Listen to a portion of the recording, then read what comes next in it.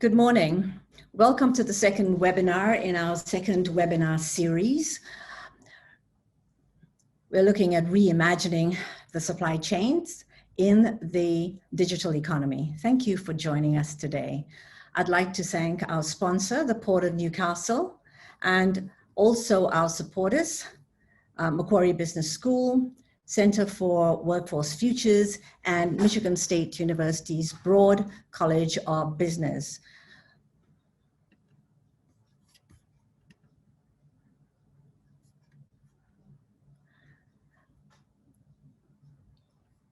My name is Norma Harrison, and I'm the professor of management at Macquarie Business School. I'm going to serve as your moderator for our session today. We've got a great team here providing support for this webinar. I'm assisted by Razia Tavalue, Dr. Roger Moser, and Elena G, all from Macquarie Business School. I'd like to start off with a quick technical overview. If you'd like to ask a question of our panelists, please send it via the Zoom Q&A button. We welcome all your questions and observations, and we'll try and answer as many of them as we can. If you're having technical issues, Carlos Abeja from our IT team is here. Either email him or send him a message on the Zoom Q&A button. Thank you, Carlos. And the second webinar in the series is called Supply Chain Cybersecurity, Enabling the Next Stage in Cybersecurity. In this webinar, so far, we've had about 130 registrations, so pretty good turnout. And we've got a great group of presenters who are all experts in cybersecurity in one way or another. So we have Chris McLaughlin, who's the head of Aon Cyber Solutions, and Joseph Failla, he's managing director of Australia and New Zealand. He's a security lead of Accenture. Steve Melnyk, he's a professor of operations and supply chain management, Michigan State University Broad College of Business.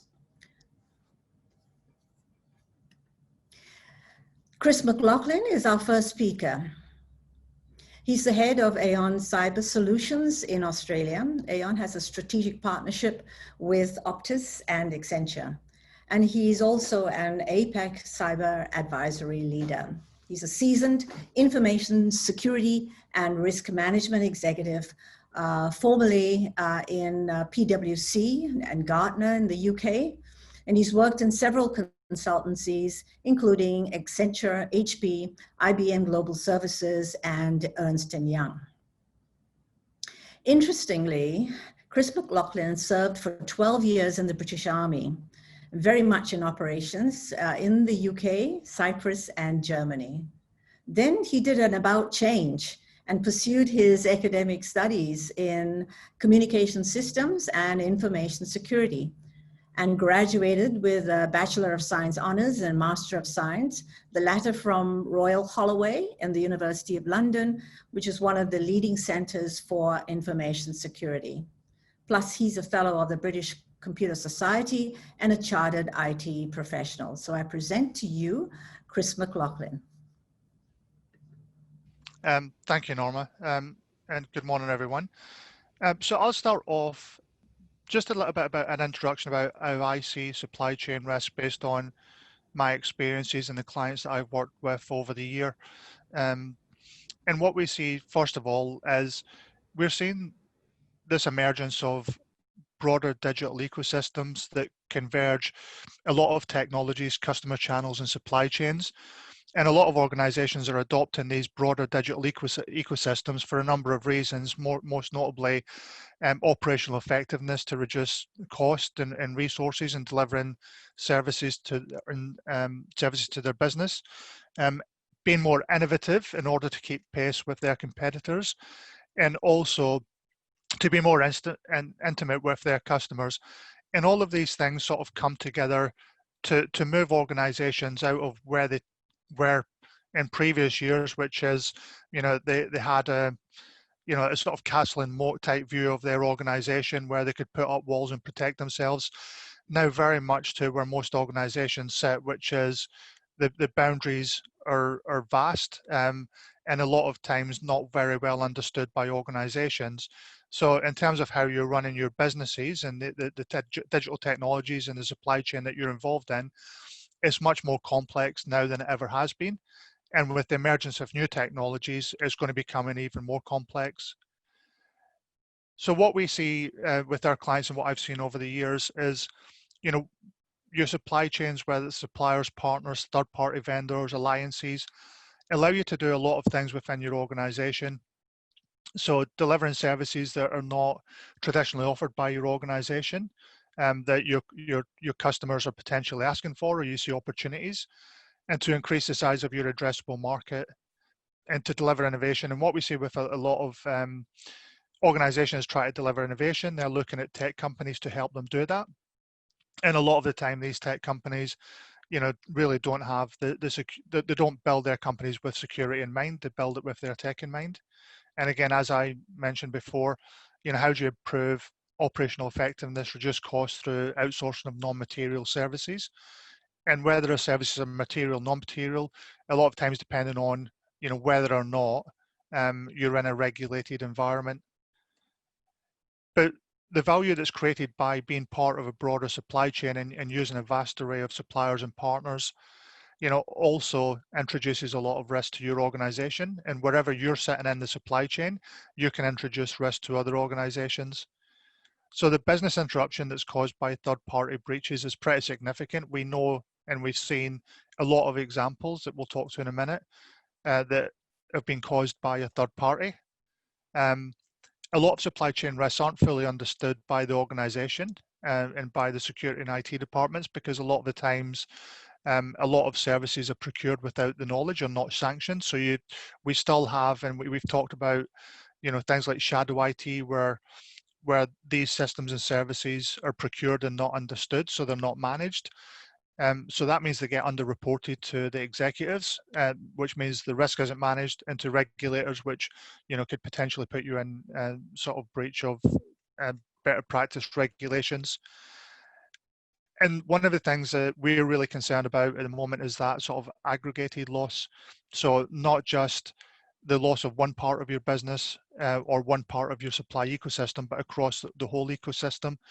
And we've seen that time and time again, where we've seen vendor breaches leading to a loss of sensitive information, or we've seen part of your supply chain using your data in a way that you didn't want them to or didn't expect them to, which again leads to sort of regulatory scrutiny if you're sort of in a regulated environment, but also it can lead to a breach that you're unaware of, and that brand and reputation damage. Next, please. So I think we've seen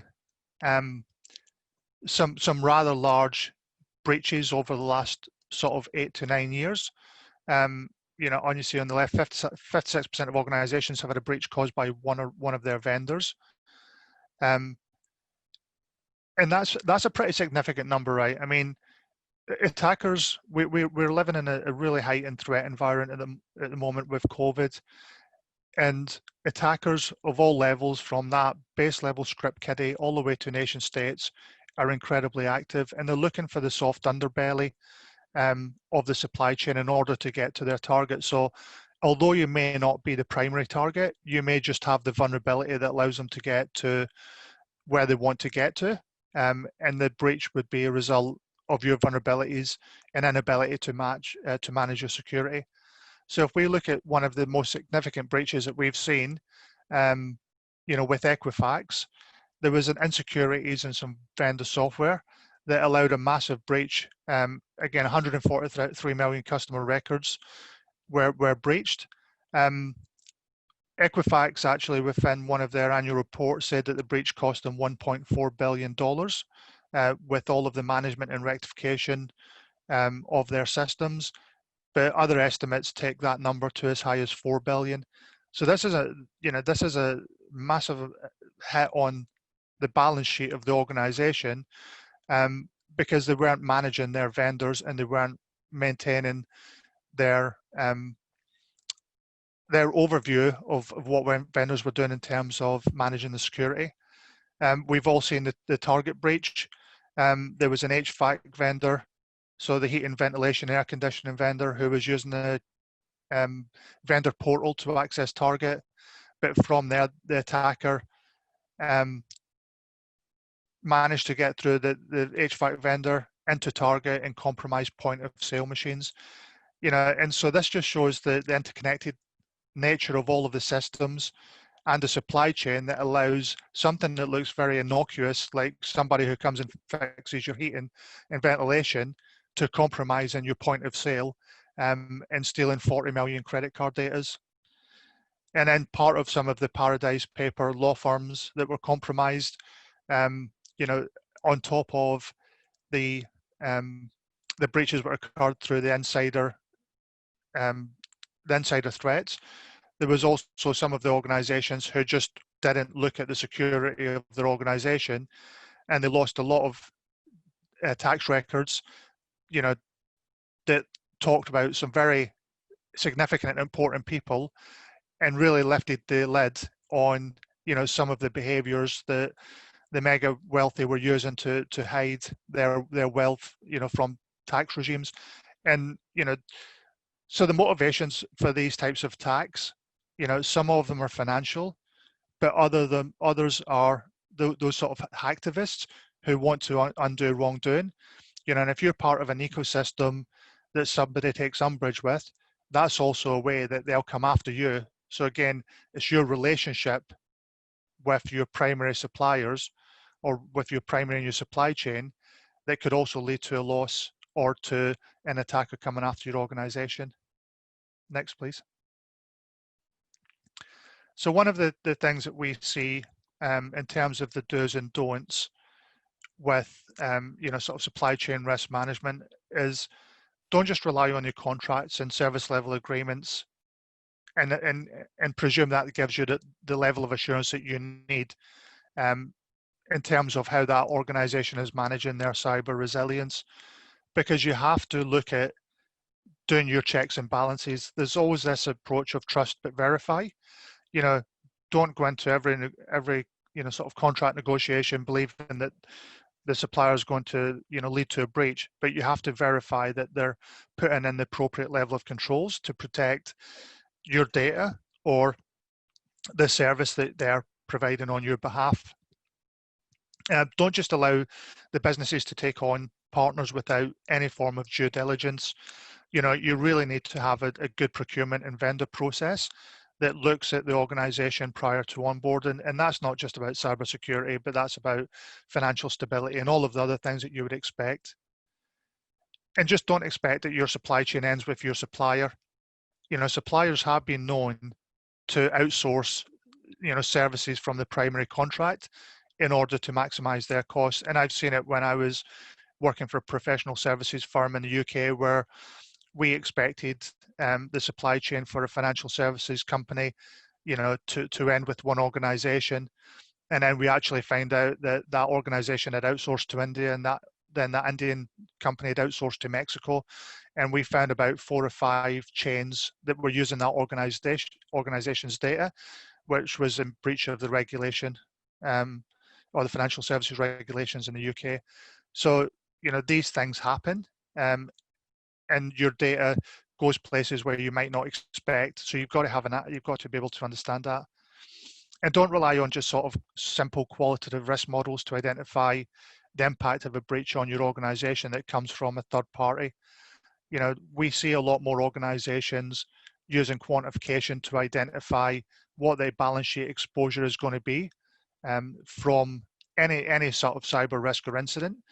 And again, because of the prevalence of third party risk and losses, we would recommend that the quantification exercise happens just so you understand the balance sheet exposure of any of those potential losses. So what should you do? Identify all of the organizations in your supply chain ecosystem. That's also including where you sit in somebody else's supply chain. If you're providing material services to an organization, you want to make sure that you understand the risk that you can pose to that organization, and that you're doing your own assurance across the controls that you've put in place for cyber resilience. You need to understand the risk that's posed to your organization from your suppliers. And again, the risk the risk that you pose to others within your supply chain. That's the only way you can actually manage it. And if you look at some of the better practice standards, this is one of the key controls that they put in. And when you do work with suppliers, make sure that you're setting your expectations earlier. Cyber resilience. One of the things I think to take note is just be careful how you're writing the security schedules within the contract. You can't make it too prescriptive because things change, standards change, policy change. And I've seen it in previous roles where, an organization was very prescriptive about the provider meeting the requirements of their full suite of security policies and standards, which is about 48 documents. 2 years later, the organization wanted to change the entire policy and standard suite. And the provider came back and says, yeah, we can do that, but it's going to be at massive cost because this isn't what was contracted. So just be careful around how you put the security requirements in those schedules, and how you use the language around it's for your provider's responsibility to do betterment in terms of keeping pace with the threats to your organization. And make sure that you're risk ranking your suppliers in terms of material risk to your organization. We want to make sure that, we know that people don't have the resources to go and assess every single one of your vendors. That could be in the hundreds, if not thousands, for larger organizations. But make sure that you understand what the risks are and the types of third-party losses that could be experienced, from a loss or from a breach of one of those organizations. And when we talk about first-party loss, we talk about business interruption and third-party loss around liability. And then make sure that you monitor and improve your supply chain processes as part of your overall security strategy, and don't just leave it to somebody else to do. So Norma? So from an insurance perspective, supply chain risk is a really interesting one because although the insurers are pretty good at understanding the business interruption losses that come from, your immediate third party, they tend to limit that to any product and services delivered that has an information system or information technology nature. Where there's other services delivered, they're less comfortable because they don't understand it. And so that leads to some inconsistencies in how the insurance market addresses underwriting those supply chain risks. A lot of the time where organizations don't really understand the risk and complexity themselves and can't articulate it, it's very difficult then for the insurer to underwrite that risk effectively. And Can I again, ask a question, Chris? Sure. Chris McLaughlin, I think there's a question here, which is that if you're going upstream and SMEs find that getting all the necessary insurance is expensive, what's the push for SMEs to get compliance then if they're such a small concern and they're a small part of the supply chain? Yeah, I mean, they may be a small part of the supply chain, but they may be delivering a critical service or a critical component of the primary's business processes that could lead to a significant first-party loss to that organization. So, we know that SMEs, when they get breached, 65% of them are out of business without 12 months because they lose the trust of that primary, and the primary moves on to another provider that they trust more. So, it's worth investing in this if your business is reliant on one or two primary clients, for the majority of your revenue. Mm-hmm. Okay, so we have some takeaways later on, Chris, and probably we can come back again and you can mention things and summarize what we haven't had the time to go through. So thank you, Chris McLaughlin, for introducing us to supply chain risk and possible attacks, what can go wrong, how well you should guard yourself against the cybersecurity attacks, and the perspective now from the cyber insurance. And so at this time, I'd like to introduce Joseph. Thank you, Chris. Joseph Failla. Failla. Oops. Joseph Failla has more than 3 decades of experience in information technology with a core focus on information security and risk management strategies, including development of enterprise-wide systems. Joseph is the managing director and security lead of Accenture Australia and New Zealand. Previous to Accenture, he was co-founder of Redcore, the foremost provider of identity management and cybersecurity services in the APEC region. By the way, Redcore was acquired by Accenture in 2016. He's also held leadership roles within the ANZ Bank in both implementation and audit functions. He's a member of various interbank and intergovernment authentication and cybersecurity working groups, both on a domestic and international scale. Joseph Failla holds a Bachelor of Computer Science and Accounting, and he's a postgraduate degree in EDI and e-commerce. So I present to you Joseph Failla. Thank you, Norma. Good morning, everybody. I put this slide in because, there's still a lot of people out in the industry that burying their head in the sand saying, look, it's not my problem. I've already got people looking after this. So this is still many misconceptions, and we're still pointing to the same risk profile. So this is just more to, put it in pictorially around that the issue hasn't gone away, and there's still plenty of misconceptions that, I'm not going to be attacked. I'm fine. It's not my problem. I use SAP. That'll be fine. But it's not. So Norma, if you go to the next slide, please.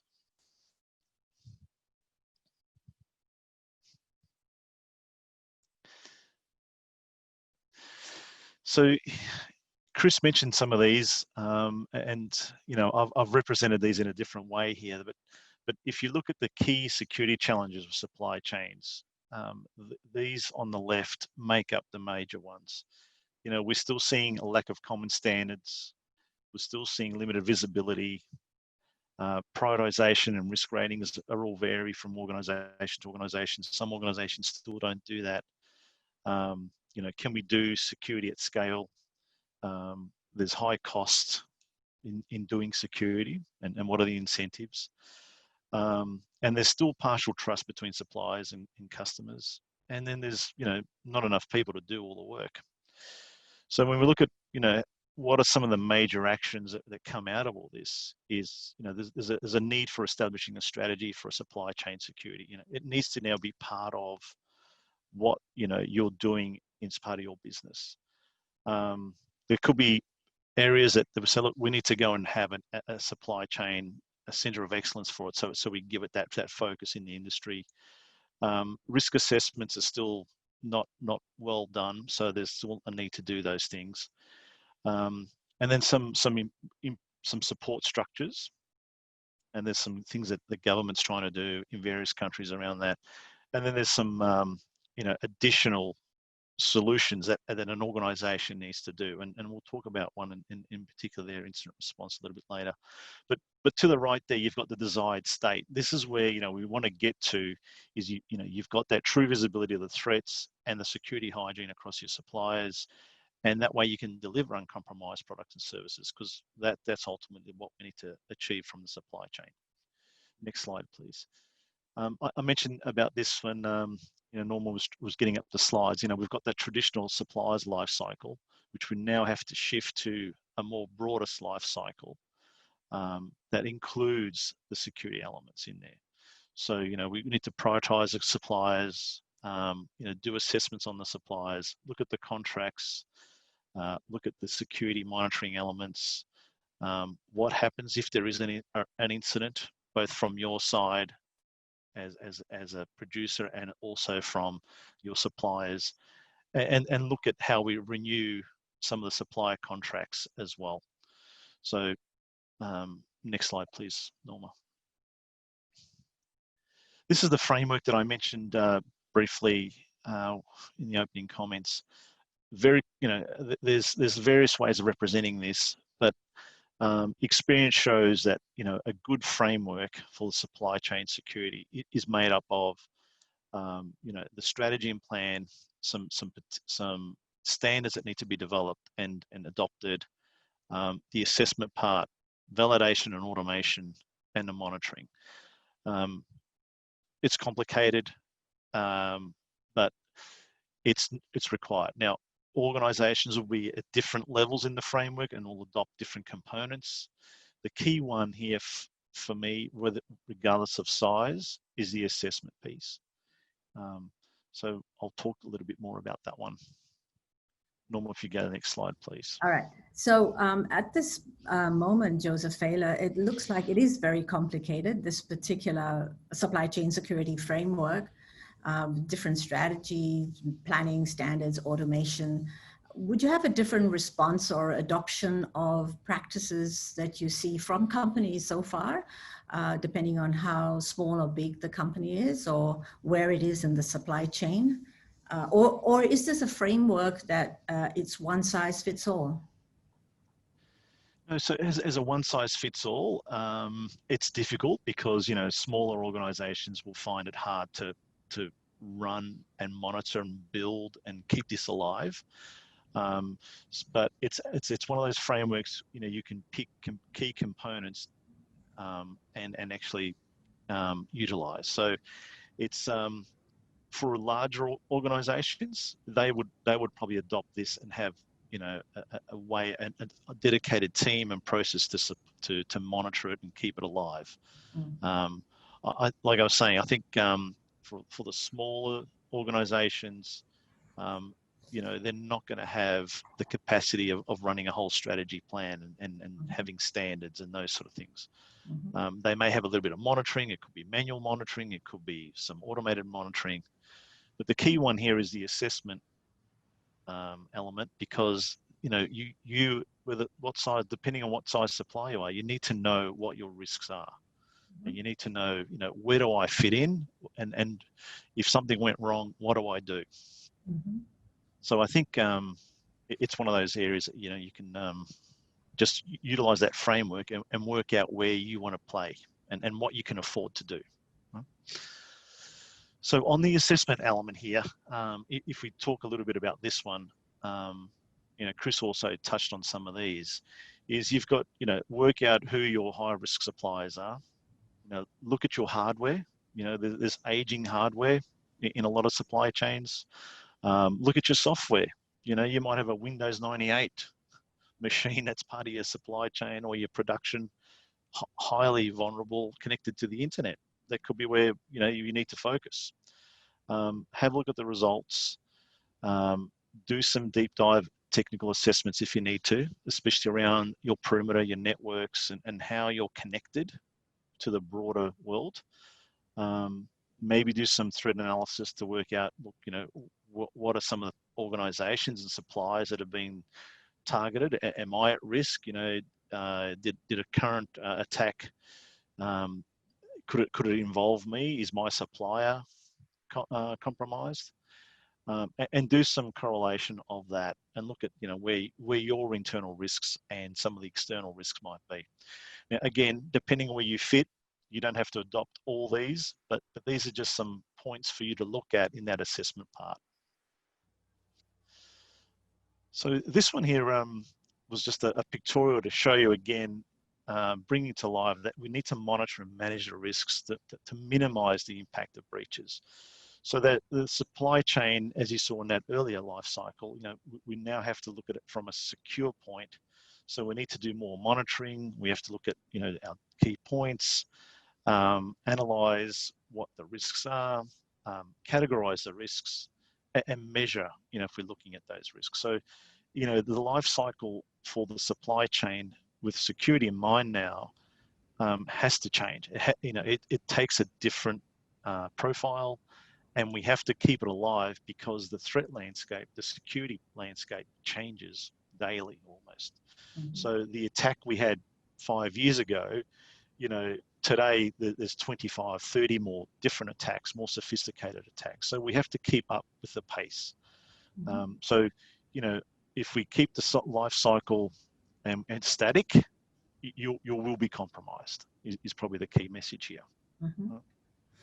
So, Joseph Failla, we have a question. I have a question down here where we have a number of solutions, supply chain security solutions, and I'm interested in what are the solutions that companies tend not to get right, and where would it hurt the most? And would these solutions be applicable to all companies in the supply chain, or would these solutions differ depending on their sizes, their uniqueness, etc.? Yeah, that's a very good question, Norma. They're going to all differ, is probably the key thing here. For the smaller companies, they can't do all of this. The larger companies have all tried various amounts of it and have deployed some of them well. It's a hard topic of having specific metrics, but in general terms, most organizations will get things done properly around the monitoring and maybe some of the analytics. But the key one here for me, doesn't matter what size you are, is incident response. I think this is a key area that companies aren't focusing enough on. They'll say, look, I have a business continuity plan. I have contracts, I use all these fantastic services from Google and everything like this, but you need to really do your incident response plan. And if there was a breach in your supply chain, whether it's you as a supplier or you're dependent on your third party, is what do you do? And how do you handle that? Because, a crippling of a supply chain, big or small, your business could be wiped out quite quickly. So there's a lot of these solutions, and some of them are big and bold, like blockchain, that a lot of companies have deployed in the big end of town and have done it well. But it doesn't matter what you've got; you really got to have the right response for an incident and have that element, covered. And then look at things like insurances and do role plays with your organization, with your board, with your owners or directors. Is if we did have an incident, what do we do? Well, thank you. Thank you, Joseph Failla. That's been a pretty thorough review of the challenges for companies for supply chain security, your supplier's life cycle, and the supply chain security framework, and a number of solutions for supply chain cybersecurity. So thank you. Pleasure. At this stage, I'd like to introduce to you Stephen Melnyk. Stephen is the Professor of Operations and Supply Chain Management, Michigan State University, in the Eli Broad College of Business, the US. Stephen has been incredibly generous with his guidance and support of both the first and second series of our supply chain webinars. And normally he prefers that his profile descriptions in sessions like this goes for only 3 or 4 lines. But this time I wrote it. However, he is internationally recognized for his contribution to the field of operations and supply chain management. And as you can see, he's been indeed prolific in publications and books and articles in highly ranked journals and serving on editorial boards of many of the journals as well. He's received numerous academic awards and also won substantial research grants. His current research focus includes the digital supply chain, strategic supply chain risk and resilience, sustainability, and supply chain cybersecurity. Importantly, though, he is widely respected for his ability to cross the gap between theory and practice. Stephen Melnyk graduated with his MA, his MBA, and PhD in operations management from the Ivey Business School at Western University, London, Ontario, in Canada. And so I present to you Stephen Melnyk. Thank you, Norma. And now for something completely different. I'm going to give you a very different perspective on 2 very good presentations done by my predecessors. Just to give you an idea of my background, I got involved in cybersecurity as a result of my activities with the National Defense Industry Association in the States. which is the largest industry organization of suppliers to the military. And I did in 2017 to 16 to 17, I did the first large-scale study of an attempt to implement supply chain cybersecurity and essentially determine why it's failed. In 2019 and on, we've been working as part of the Supply Chain Network Committee on commentary to the new standard that's now emerging, which is called CMMC, otherwise known as Cybersecurity Maturity Model Certification. And right now, my attention has been moving more and more towards the small to medium-sized companies. Next, Norma. Before you go, I'm sorry to interrupt so early, but I'm just wondering, is it a bit too premature at this stage to say that we should be having a comparison with the Australian defense situation?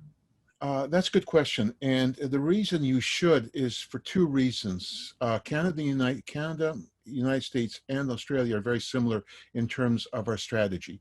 We're going to be competing in terms of innovation, responsiveness, sustainability. And in those areas, supply chain cybersecurity plays a critical role. Number two, the United States and Australia are going to be integrated in terms of cybersecurity.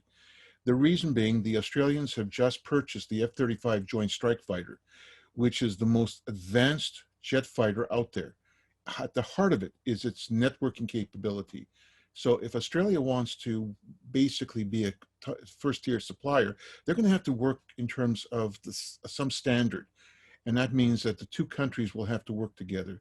And finally, the other thing that you have to understand is we're all being attacked. For example, recently, Australia and the United States and Europe were swept by hacks emerging from China regarding the COVID-19 research. So the answer is yes, it makes a lot of sense. So let's go on. One of the things I want to do at this stage is to do something that the other presenters didn't do, but I think it's important. When we're talking about cybersecurity, we have to ask the question, what are we protecting? And here, what I'm trying to show you is we're protecting essentially three pillars, three digital assets. The first one is information technology. And here we're looking at things like bills of material, mass production schedules, cost structures, routings. Now, the question is, consider the following. What would happen to your company if somebody was able to get into your records and randomly change your mass production schedule? That's what you're protecting. We're also protecting IP. Now, one of the things that people thought about in IP or intellectual property is innovation. But now we're starting to see that it's broadened. It includes things like industrial design, how you work with your customer, and including something that we saw emerge in 2018 in Africa, the need to protect target prices. And the third thing that most people overlook is operational technology, OT, which includes shop floor equipment and warehouse equipment. In 2010, one of the first examples of a wide-scale effective cyber attack occurred in Iran with the Stuxnet virus. And it targeted Siemens-controlled PLCs on centrifuges which were used to manage the distilling, the refinement of uranium for nuclear bombs. So go on. Here's some facts. I'm just going to build on something. Let me begin with a statement.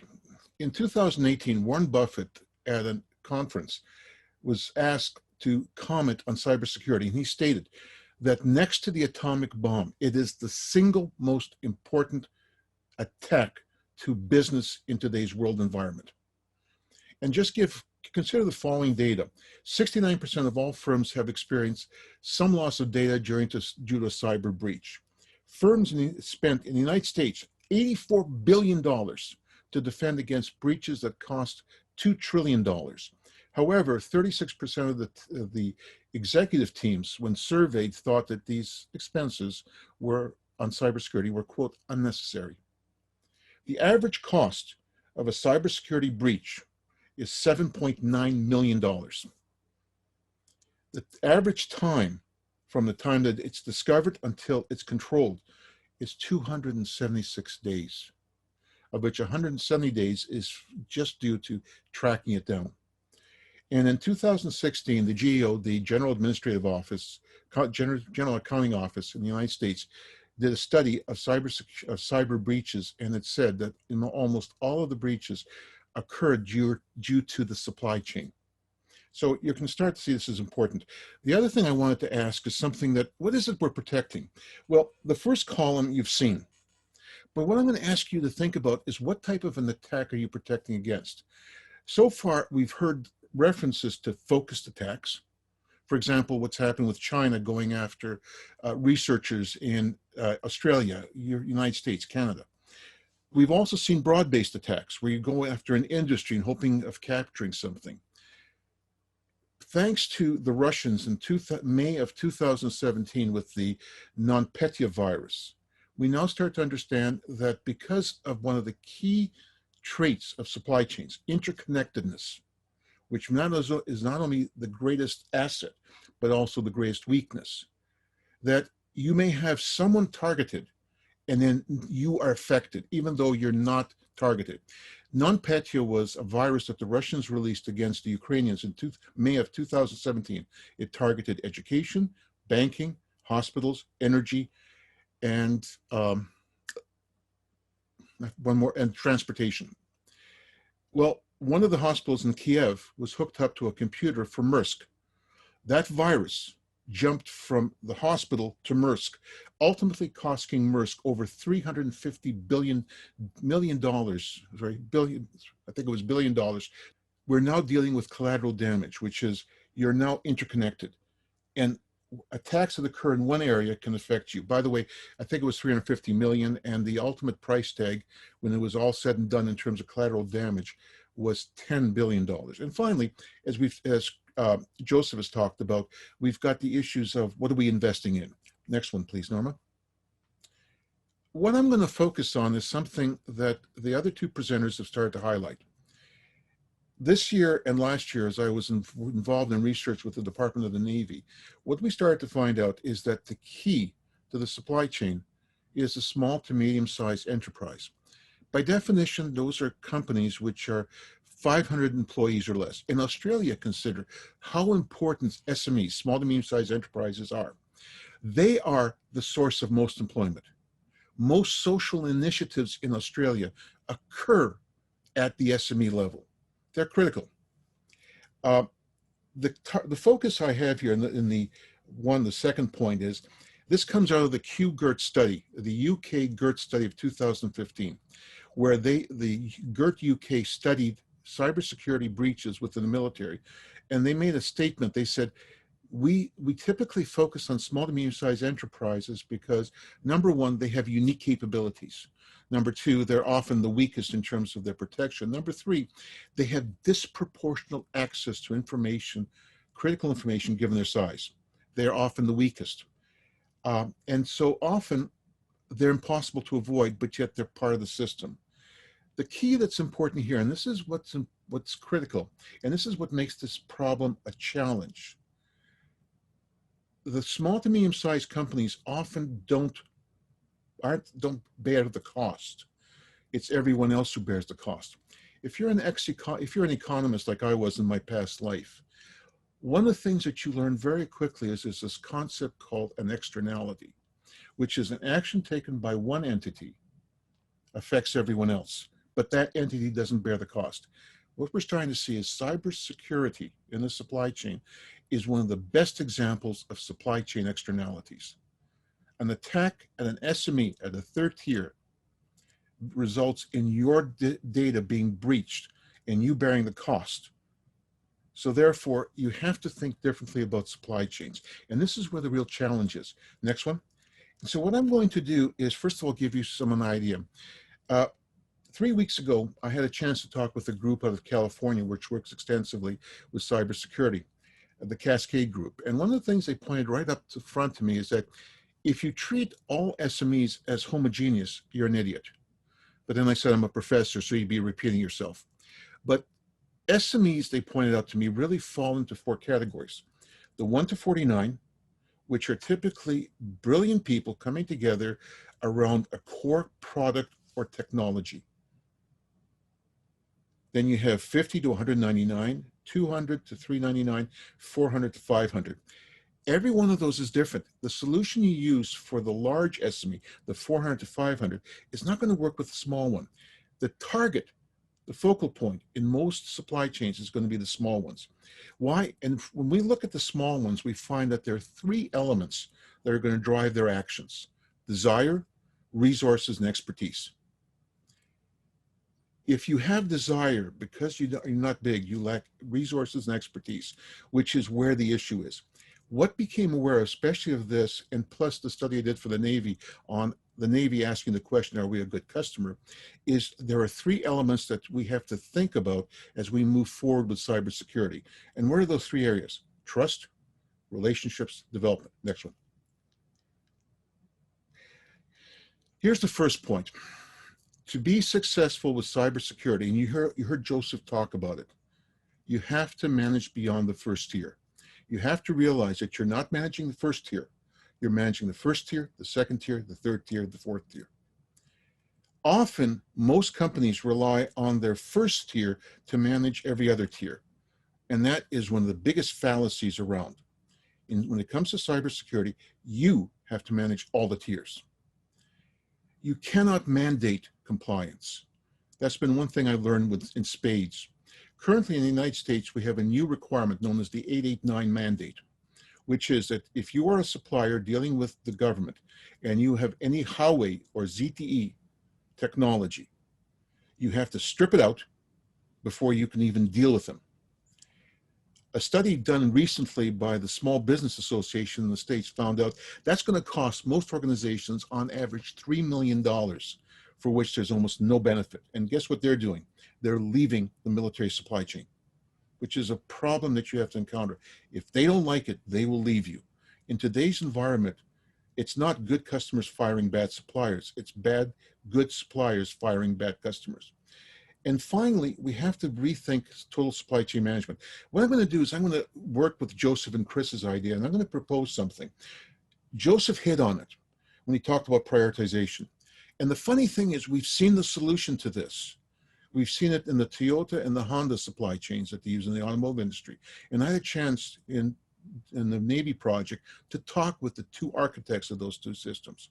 And what came out of there were three things. Number one, prioritize. Identify your critical suppliers, identify your critical first tier suppliers, and then work with them to get at your second tier and then your third tier.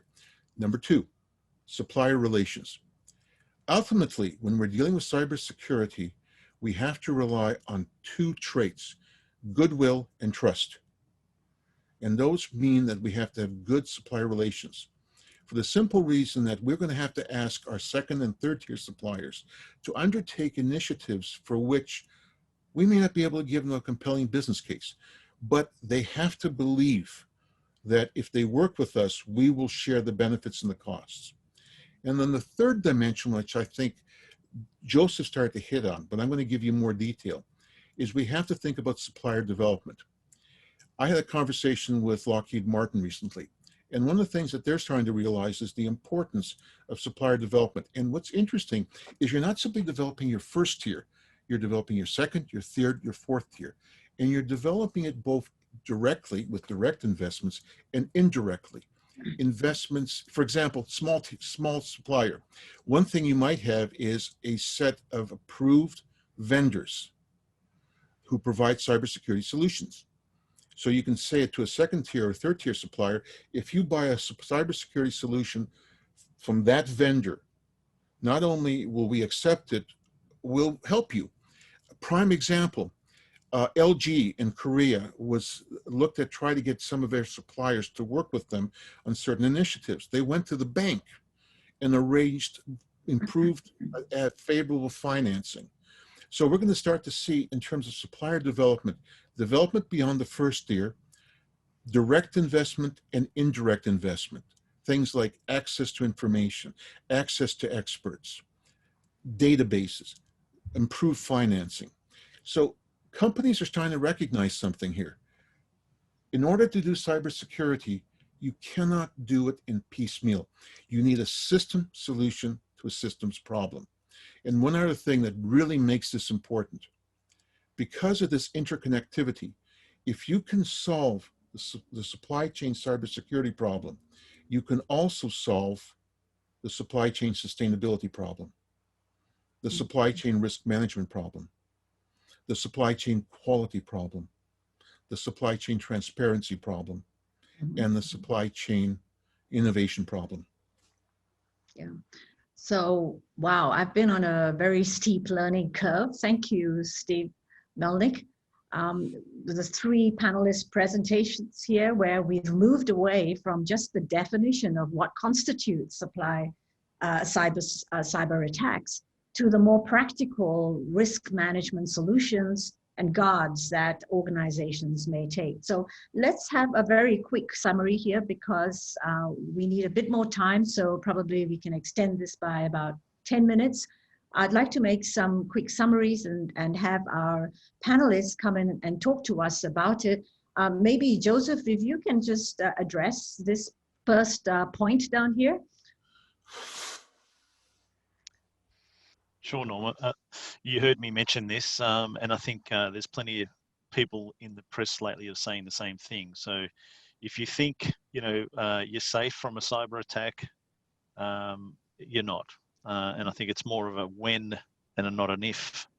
Mm-hmm. Many organizations are now starting to realize, the first time ever this year we had, our Prime Minister stop and do a press release across the whole country saying how important it is, and it is. And especially if you're playing in that supply chain or you've got some critical components, you should be alarmed because there is so many sophisticated attacks now that, as Stephen was mentioning, you may already been compromised and you just don't know. Right. Yes, and most of you have already spoken about how cybersecurity is a management issue, not just an IT issue, and it is a supply chain issue and not a strict corporate issue. It's a must-have for a supply chain. So Joseph, you were talking about that as well. So to summarize, yeah, so that the cyber threat landscape changes daily. Changes daily, you can't ignore it. Don't bury your head in the sand about it. Yeah. Look at insurances, look at all those good things that are available to you, because it's not a risk anymore. It's a threat. And so, you have to take a different approach to it. Right. And when we look at cybersecurity, that cannot be mandated. Stephen Melnyk, what do you think about this? Well, what you're starting to hear is that if you're going to do cybersecurity, and right now I'm looking at the questions that are being posed by the participants, and they're starting to get at this. You cannot mandate it. What that means is you can't tell your suppliers do it, because in many cases this requires resources that they don't have. So this means that you have to work with your suppliers, and this is a new trait. And this is why it has to be planned for and developed. This is why, for example, we have to look at approaching this very differently. And one of the funny things about doing this is that if you do it correctly, you're not only getting cybersecurity, you're also getting a better supply chain. And so it's really forcing us to, in essence, and this is what's exciting when I listen to my two colleagues on this webinar, is that you have the elements of a new generation of skills that we need to have. Mm-hmm. Yeah, and Joseph, you spoke about the incident response plan and how important that is. Super critical. Yeah, if you don't have one, you're in trouble. And if you do have one, make sure it's current, you've tested it, and it works. And this applies to all companies, yeah? Yeah, big or small. It doesn't matter what size you are. It's just, part of the tools that we now need in the modern world, that we need to be ready. Yeah, and then we go on to, don't forget the cyber insurance. So Chris McLaughlin, maybe we can hear from you about this. Yeah, I think with as everybody's spoken about, what we say is we trust but validate. You can't get paranoid that your suppliers are going to lose your data all the time, but at the same time, you can't sit back and not do your own due diligence to make sure that you understand the risk and it's been mitigated, to the level that you expect, and also know your your fourth and fifth party risks. So the long tail of your supply chain. As I said before, not all suppliers treat your data with respect, and they sometimes outsource components of their own services that need your data, which means you get this long tail that you may or may not understand. Right. Okay, so one reason in particular that we're interested in is, and which has been discussed in this webinar, is that all of us are involved in some way in our project on supply chain cybersecurity, which is currently supported by Opta's Macquarie University Cybersecurity Hub. There are many issues already presented here, which are becoming increasingly important and which should be studied in our project. So I encourage you, the audience, to ask questions and give us feedback, as this will be very valuable for us in this project. So at this stage, before we go on to the panels, could you, just an invitation for you to join us in the next webinars. Next webinar is on the 23rd of September. It goes on talking about restoration and reconfiguration through digital and analytics. And the fourth webinar is on digitalization, and here we concentrate on logistics and transportation. What's the new normal? So at this stage, we have our panel discussion, and I will stop the sharing. And maybe we can go on to some of the questions. So Chris, we heard from you last. So I have a question here where it's quite an interesting one. Australian SME businesses with growing revenues and global partnerships, are we exposed to the regulatory requirements in every country in which we supply product? We are a global supply chain. This particular person who was giving this question in the US, Europe, and China. How do we fund compliance and insurance? Yeah, I mean, I think the short answer is that in some way, shape, or form that you're going to have to comply with those regulations in the company, because the sort of primary within who's using you as a supplier will have those obligations in each country from the regulators in terms of what are the services that you're outsourcing to them. And then it should be driven by, you know, sort of who you're supplying to the regulations that you're expected to comply with. We're actually doing this for a couple of organizations at the moment, and what we're getting them to do is trying to align as best they can with some of the better practice international standards, because we know most regulators, you know, baseline the controls on those standards, and also write their policies in a way that allows them to comply with a much broader set of regulations than they may do just in Australia. So in terms of you know, sort of how you do it, it is very difficult and it can be quite costly. You know, you've got to make sure that you understand the requirements of who you're supplying to, and especially if you're a growing business and you're looking to open up new markets, then, you know, what are potentially the regulatory perils that you're walking into. But in terms of insurance, there is a lot of insurance out there available that covers, you know, professional indemnity or professional sort of services, you know, sort of if you're delivering tech services, as well as sort of cyber insurance.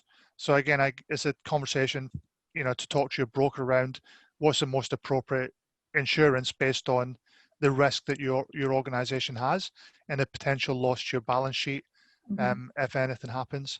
And so whilst you're on that one, Chris, there's a question from John Selby. Before we go, Norma, can I interrupt? Oh, sorry, you want to add on to that? Sorry about that. Yeah. Couple of observations, because the question is really quite a good one. But we've seen this problem before. 1980s, we saw it with quality, in which every country had its own quality standards. In the long term, what's going to happen is we're going to see harmonization.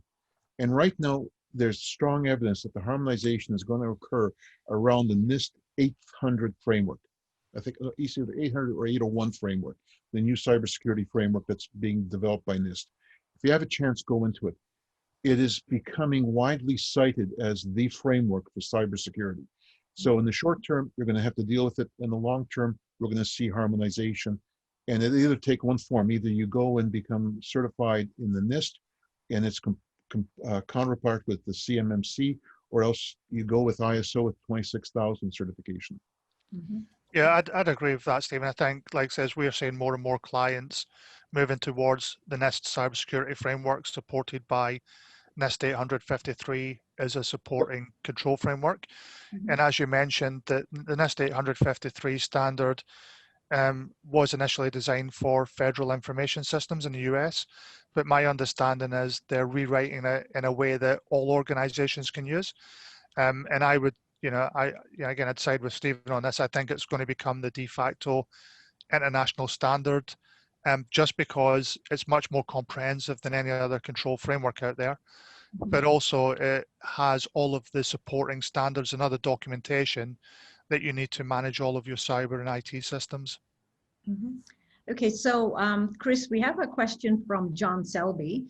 As an insurer, do you see the lack of cyber maturity affecting the ability of policyholders to effectively make their claims after they are inevitably breached? That is, they can't recover all of their losses because of their or their suppliers' controls, controls were inadequate to detect and collect evidence of all of those losses. So we were talking about this a bit yesterday. Yeah.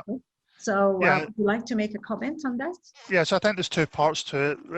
The first part is, would the insurer look at the controls that were in place and say that because you had weaknesses or vulnerabilities that you didn't address that you wouldn't be able to claim?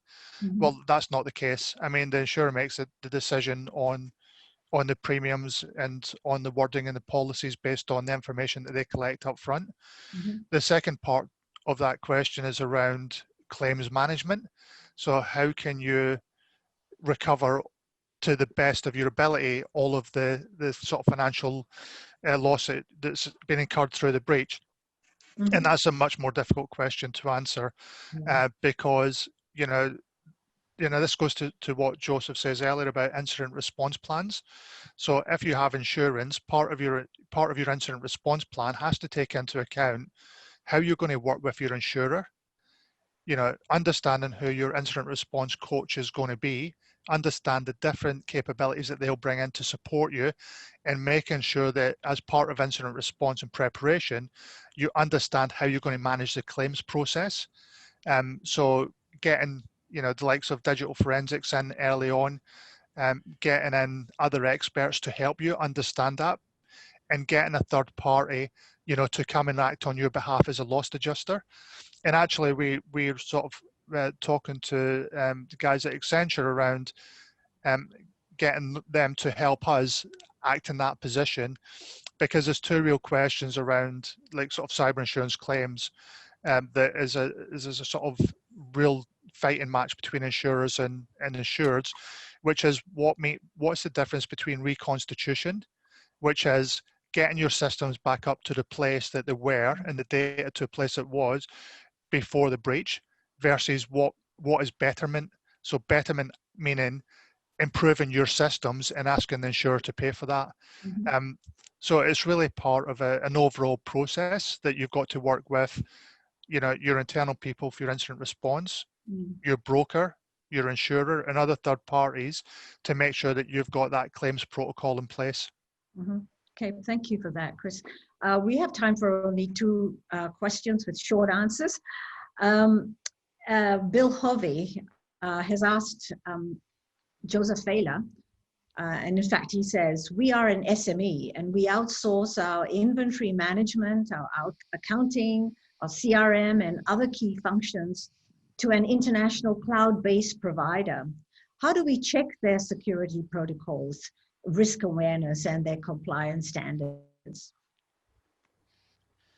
Well, you should be asking them to provide to you what they can around their certifications, what they have around security, what standards they're supporting. If they're the larger players like an Amazon, for example, they should be able to give you a standard set of documents and some high-level processes that give you that a level of assurity. Mhm. So they're not going to give you all the ins and outs because they don't, they don't have to, and they won't. But there is a level of elements that they should be able to share with you. Okay, thank you for that. We have one last question here. Norma, I'm just going to add on to that. One of the things we're also starting to see is the notion of approved set of vendors. And what does that mean? We're starting to see companies like Lockheed Martin, Rockwell, and going to the SMEs and saying, here are vendors who have cybersecurity solutions which have been approved. They are good solutions, they're acceptable, they meet our criteria. Because what you're doing for the small to medium-sized enterprise is you're reducing their search cost. You're also reducing their risk. And if you take that and then couple it with, oh, by the way, if you go with these vendors, we're going to give you access to reduced money at lower rates. For example, Lockheed Martin goes to the position of saying, if you take one of these, we'll give you the money and you pay us, it's a zero interest loan. So what you're doing is you're working with your SME to help them become better. And you're doing it in such a way that reduces their search costs and gives them some feeling that they've got a good solution.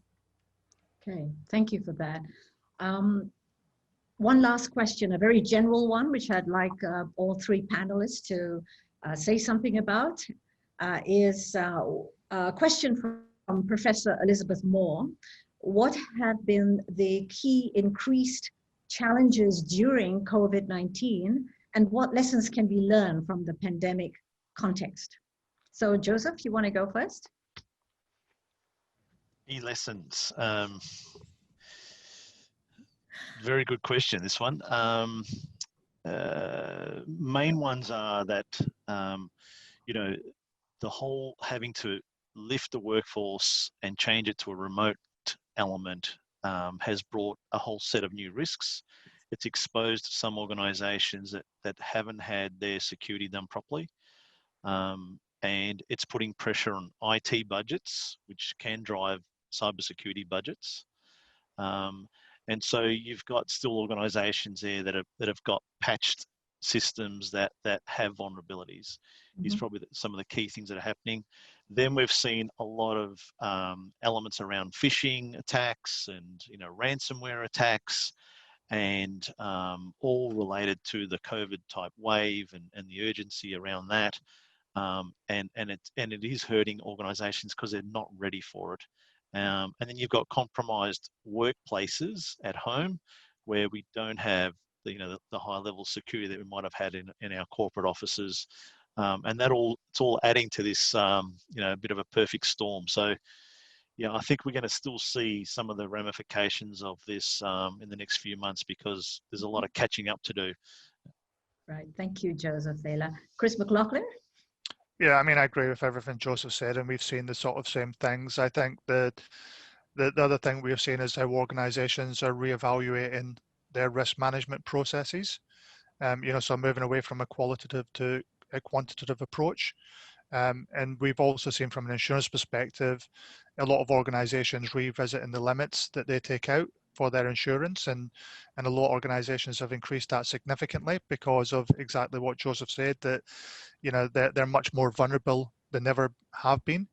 But I think there's one of the things that we really have to take note of as well through the pandemic is the mental health issues that have been caused within security and IT teams just because of the sheer pressure that they've been under, and the hours that they've had to work to maintain that base level of security for organizations.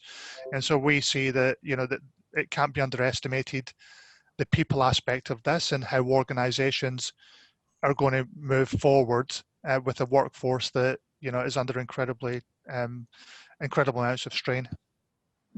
Thank you, Chris McLaughlin. Last response, Stephen Melnyk. I'm going to basically agree with what they're saying, but I'm going to focus my comments into five specific points. Number one, the pandemic has shown us that the basic model used by most companies for supply chain management, the cost-driven supply chain, has a limitation. It's not responsive. The second thing that we started to see, and I agree with what Chris had said, we're starting to see that a primary requirement that people had assumed up until this point has now been exposed and made bare. Safety of our employees, both people who work in factories and the health and security. I was asked on a National Public Radio webinar about, isn't it the health masks, aren't they the issue? And my comment is no, it's the condition of our frontline healthcare workers. The United States in World War II instituted a policy that after 100 days of combat, you were ineffective. Most of our healthcare workers have now seen over 100 days of combat. Number three, it's emphasized the notion of interconnectedness. We have to work together. And that's why the policies of certain countries, and I won't name which ones, shock me because they don't recognize. We're starting to rethink planning. And around rethinking planning, we're starting to move from risk, which is things we know about, to uncertainty. And we're now starting to go to the point of saying, we may not be able to predict things like the pandemic, but we have to be prepared for it. That's it. Right. Thank you. And I think what an important point is that now we have, with the pandemic, more people working from home. And so therefore, what are the compliance checks that are being made, especially if you are dealing with company data and company networks from your home base? At this stage, and on behalf of Macquarie Business School, I would like to convey our sincere appreciation to our panelists, Chris McLaughlin, Joseph Failla, and Stephen Melnyk, for their superb presentations and discussions in our topic, supply chain cybersecurity, enabling the next stage in cybersecurity. I'm so glad to have my team with me, Razia Tavaloy, Roger Moser, and Elena G. I certainly value your support through the conduct of these webinars, and especially Carlos Abeja. Very grateful for your technical support.